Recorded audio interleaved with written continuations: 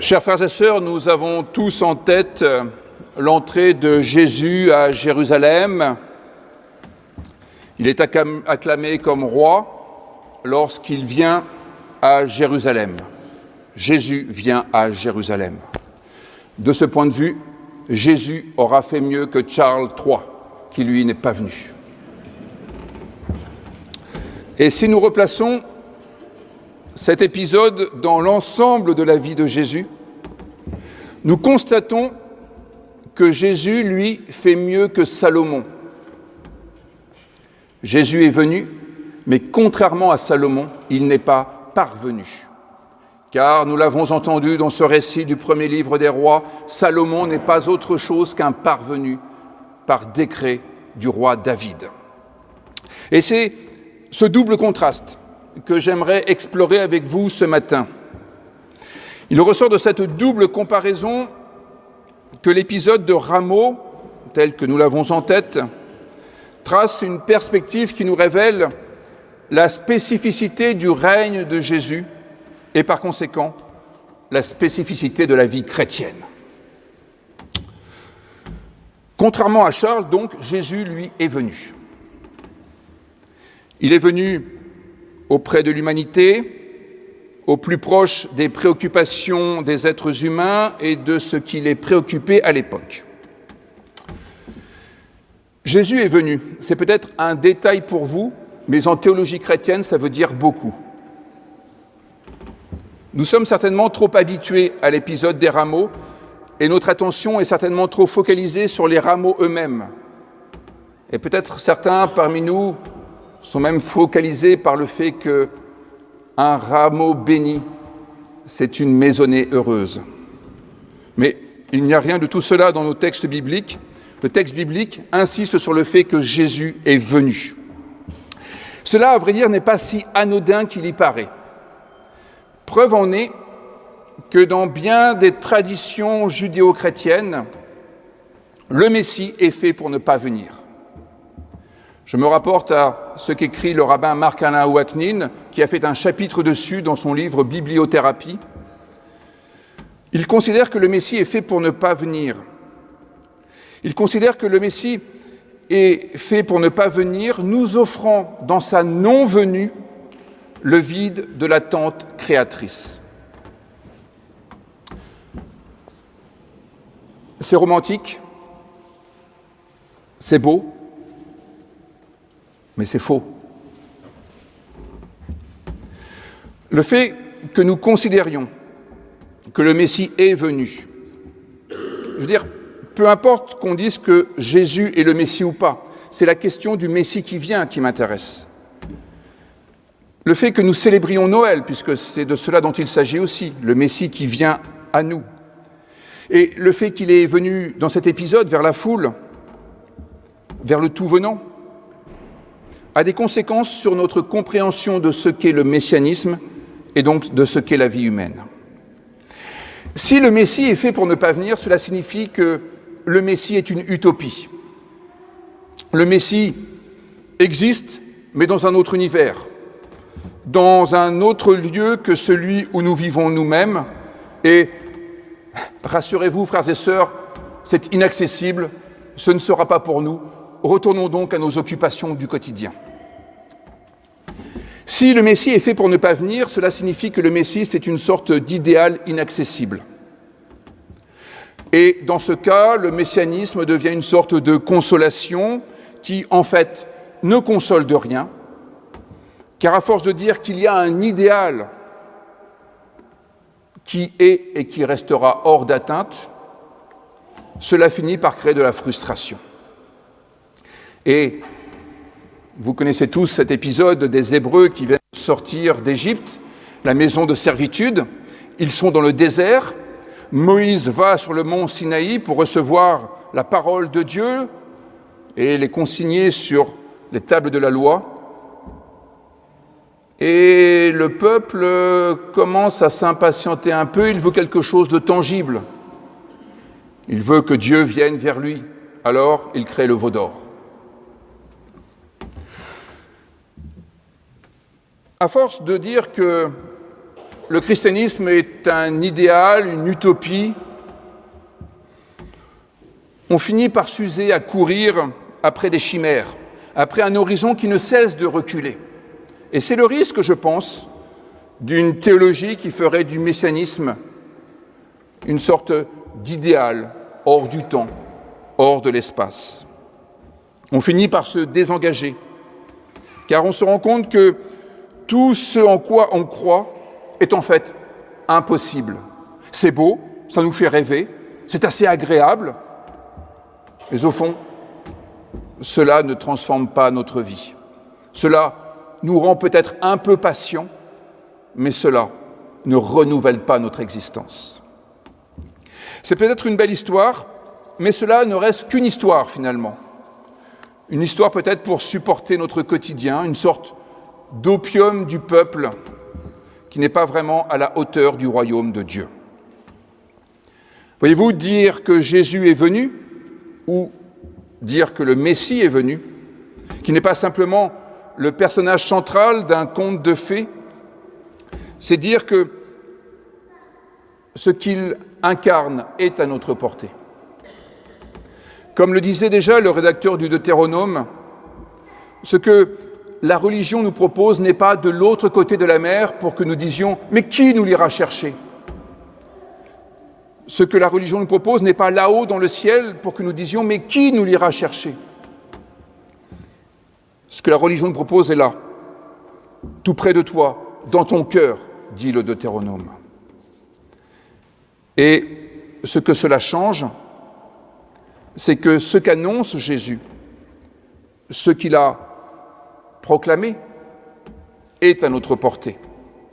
C'est praticable. Le christianisme est praticable. La foi chrétienne n'est pas une utopie. C'est l'affirmation que l'Évangile est praticable dès à présent. Dire que le royaume de Dieu s'est approché, c'est dire qu'il n'est pas hors de notre portée et qu'il peut être le contexte dans lequel nous pouvons évoluer. En disant que Jésus est venu, les évangélistes déclarent que nous aussi, nous pouvons vivre le règne de Dieu dans notre quotidien. L'Évangile peut inspirer notre art de vivre. Jean Calvin ne disait pas autre chose en développant le troisième usage de la loi. La loi, la volonté de Dieu, l'espérance de Dieu n'est pas là pour nous accabler, elle n'est pas là pour révéler notre culpabilité, c'est l'expression de ce que Dieu nous rend capable d'accomplir. La grâce, c'est le fait que nous sommes rendus capables d'accomplir la loi de Dieu. Donc, tant pis pour Charles. Nous avons the King of Kings, Lord of Lords. Et là, en principe, vous devez dire « Alléluia, Alléluia » en vous levant comme le roi Georges. Bien, tant pis. Salomon. Occupons-nous maintenant de Salomon. Bon, à force de m'écouter, vous n'avez plus tout à fait l'image idéale de Salomon, le roi sage, plein de miséricorde, capable de dénouer tous les problèmes qui se présentent à lui. Mais remettons-en encore une petite couche ce matin. Les parallèles entre Jésus et Salomon sont nombreux et quand on s'en tient à l'épisode des rameaux, on voit bien qu'il y a des analogies en quelque sorte. Les deux sont acclamés comme rois, ils entrent à Jérusalem. Gihon, c'est la source qui va irriguer Jérusalem grâce au tunnel que fera creuser par la suite le roi Ézéchias. Jésus est sur une ânesse c'est un ânon, ça varie selon les versions, et Salomon est sur sa mule, sur la mule de David, ce qui ne fait pas grande différence, me direz-vous. Il semble que Jésus pose ses pas dans les pas de Salomon. Et quand on a une image glorieuse de Salomon, alors on est tenté d'avoir une image glorieuse de Jésus qui prend sa suite. Salomon a pris la suite de David, Jésus prend la suite de Salomon, bref, par transitivité, Jésus prend la suite de David.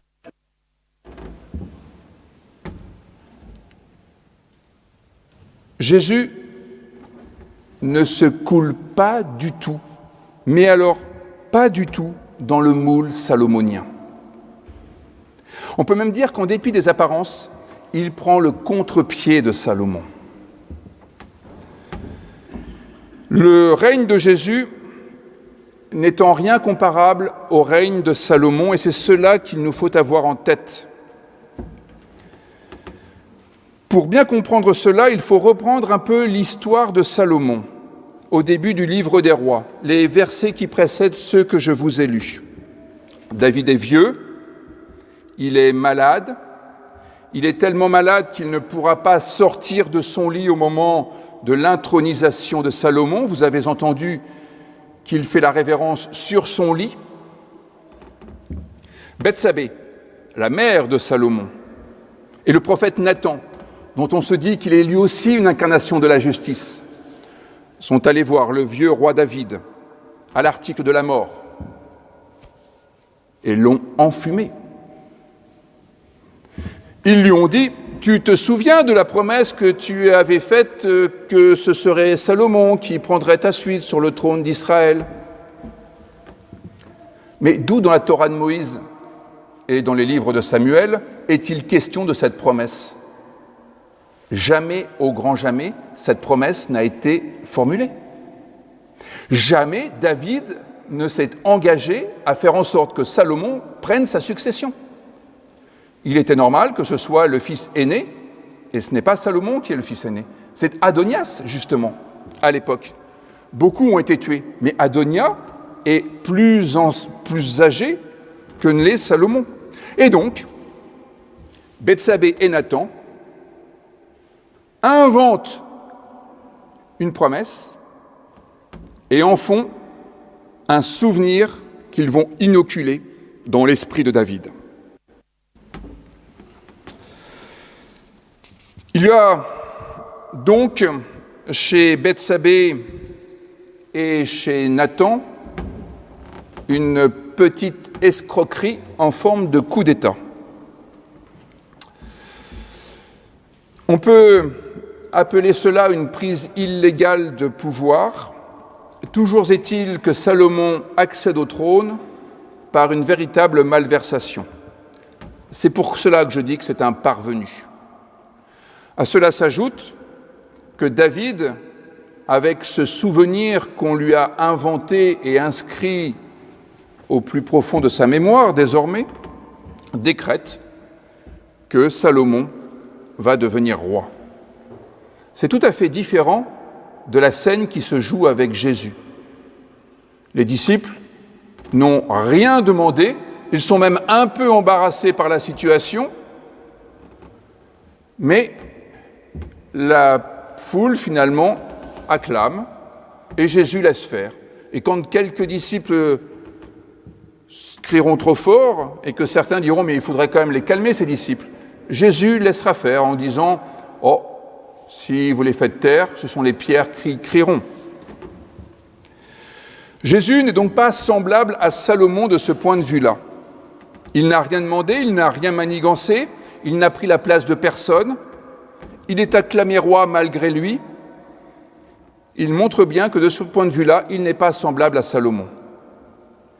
La famille de Salomon avait manifestement le goût du pouvoir, et l'on pourrait aller plus loin sur l'exploration des motivations de Bethsabée. Et Jésus, lui, en revanche, n'a rien revendiqué de la sorte. Jésus est reconnu pour ce qu'il est, pour ce qu'il incarne, pour sa compétence propre, et non pour un décret qui l'instituerait roi. La fête de Rameaux exprime l'autorité de Jésus, alors que le livre des rois met en évidence non pas l'autorité, mais le goût du pouvoir de Salomon et de sa famille.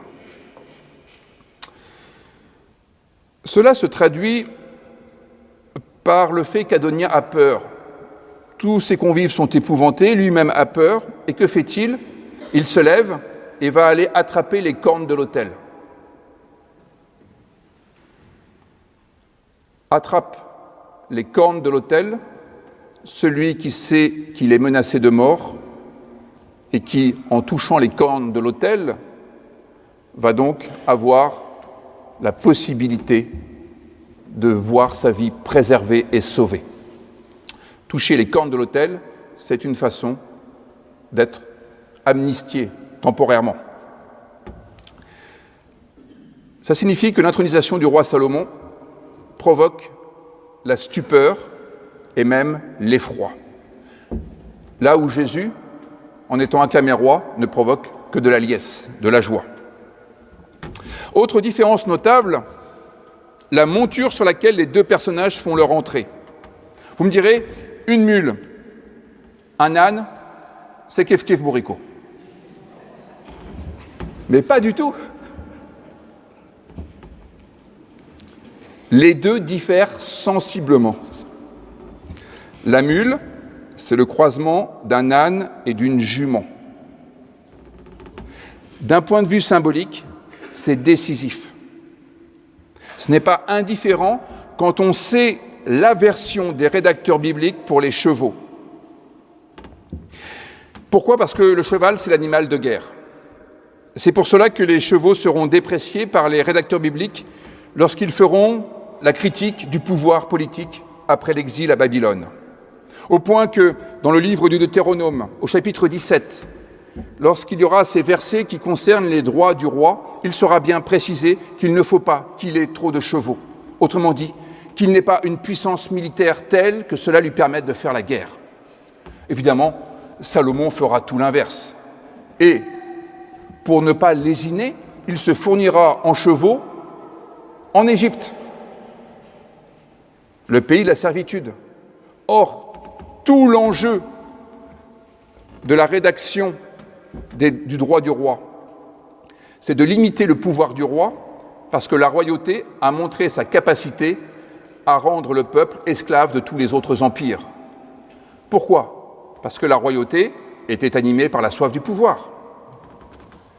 La première rédaction du livre des rois, c'est à l'époque de Josias, au moment où il veut avoir une sorte de royaume-uni du sud et du nord, lui qui ne règne que sur le sud, avec un petit peu de ce qui est l'actuelle Syrie et le sud Liban, ça ne peut pas faire de mal. Et cela le conduira finalement à développer une économie et un système d'alliances qui, de bout en bout, conduiront à la défaite du royaume. Déjà, son successeur avait eu du mal, et alors les petits-enfants, ça va être la catastrophe. C'est la raison pour laquelle le cheval est mal vu. Le cheval, c'est la guerre, c'est l'asservissement. Dire que Jésus entre à Jérusalem sur un âne, une ânesse, un ânon, tout ce que vous voulez, mais pas une mule, c'est dire qu'il refuse la monture royale qui intègre dans sa gestion du pouvoir la possibilité de la guerre comme normalité. Jésus entre en homme libre qui vient pour la délivrance comme nous l'avons chanté avec le psaume 118 et non pas en étant un artisan de guerre. Précisément, Jésus indique par son entrée bien particulière que son règne n'a rien à voir avec l'assujettissement qui sera la marque de fabrique de Salomon. Le règne de Salomon finira par la division du royaume en deux dans la narration. Alors, l'attitude de Jésus et sa manière d'entrer à Jérusalem nous renseignent sur le type de règne que Jésus instaure. Il n'est ni indifférent aux affaires du monde, ni désireux de prendre le pouvoir sur les personnes. Jésus n'est pas à l'écart du monde, en conséquence de quoi la religion ne doit pas être comprise comme une sorte de refuge qui nous éloignerait des bruissements de la vie quotidienne. Pour autant, Jésus n'a aucune prétention à prendre le pouvoir et cela devrait nous retenir de céder à la tentation d'exercer le moindre pouvoir en tant que religion. Ce qui est intéressant avec cette rédaction biblique, c'est qu'elle réagit aussi bien à la philosophie de Platon qu'elle prépare la philosophie d'Emmanuel Kant. Platon s'est exprimé sur la question du pouvoir. Qui doit prendre le pouvoir? Et pour lui, le roi devait être un roi philosophe. Vous trouvez ça dans la République. Le roi philosophe. Le philosophe, pour Platon, c'est celui qui est au courant de la volonté de Dieu. Avec le vocabulaire biblique, ça serait le roi prêtre. Le prêtre est celui qui se tient devant Dieu et qui entend la volonté divine. Le roi philosophe, c'est celui qui est capable de se mettre à l'écoute du divin pour ensuite le transcrire en actes politiques. Si vous lisez Platon, avec les lunettes bibliques, vous avez de quoi être effrayé. Je le cite, c'est le paragraphe 389b de la République. C'est donc au gouvernant de l'État qu'il appartient, comme à personne au monde, asseyez-vous bien, de recourir à la fausseté en vue de tromper soit les ennemis, soit leurs concitoyens, dans l'intérêt de l'État. Toucher à pareille matière ne doit appartenir à personne d'autre. Le roi philosophe, c'est Salomon. Et voilà ce que dénoncent les textes bibliques. Jésus propose une alternative. Et bien avant Emmanuel Kant, Jésus, qui est tout imprégné de la critique du pouvoir politique composée par les rédacteurs de la Bible hébraïque, sait que le pouvoir corrompt. Comme le disait Emmanuel Kant dans « Vers la paix perpétuelle », il ne faut pas s'attendre à ce que des rois philosophes ou à ce que des philosophes deviennent rois.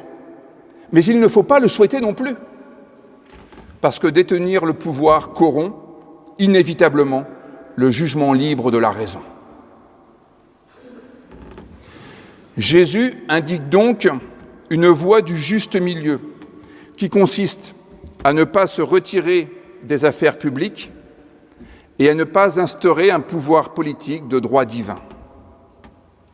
Cette entrée de Jérusalem prépare le procès qui aura lieu quelques jours plus tard, qui opposera les deux figures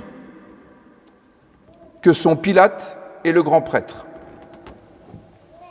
Pilate, c'est celui qui n'assume pas ses responsabilités, il ne répond pas présent, il n'est pas là.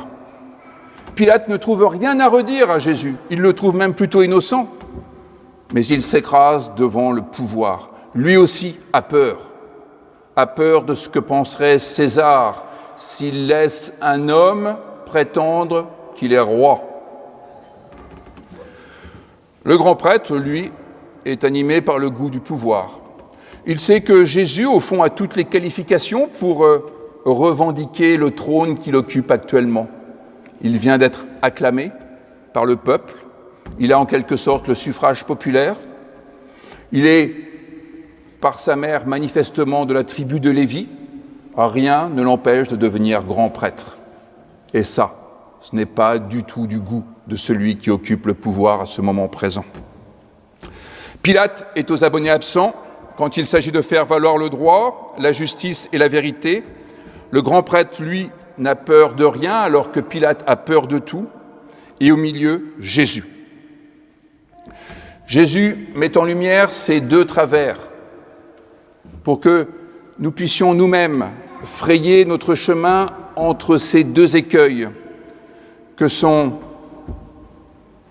le refuge dans une religion arche de Noé qui nous isolerait du monde, et puis cette tentation de faire de notre foi un pouvoir, de faire de notre Église une division et d'entrer dans un rapport de force. Voilà, frères et sœurs, une autre compréhension de ce qu'est rameau, non pas simplement cette fête bien mignonne où il s'agit d'agiter quelques branches, mais le fait de prendre au sérieux ce messianisme qui indique que le Messie est venu. En conséquence de quoi, toutes les exigences de l'Évangile sont praticables. Mais il n'est pas venu pour prendre le pouvoir. En conséquence de quoi, l'Évangile n'est pas là pour dominer sur les autres, mais bien pour rendre service à une humanité qui a toujours besoin d'être entretenue. Amen.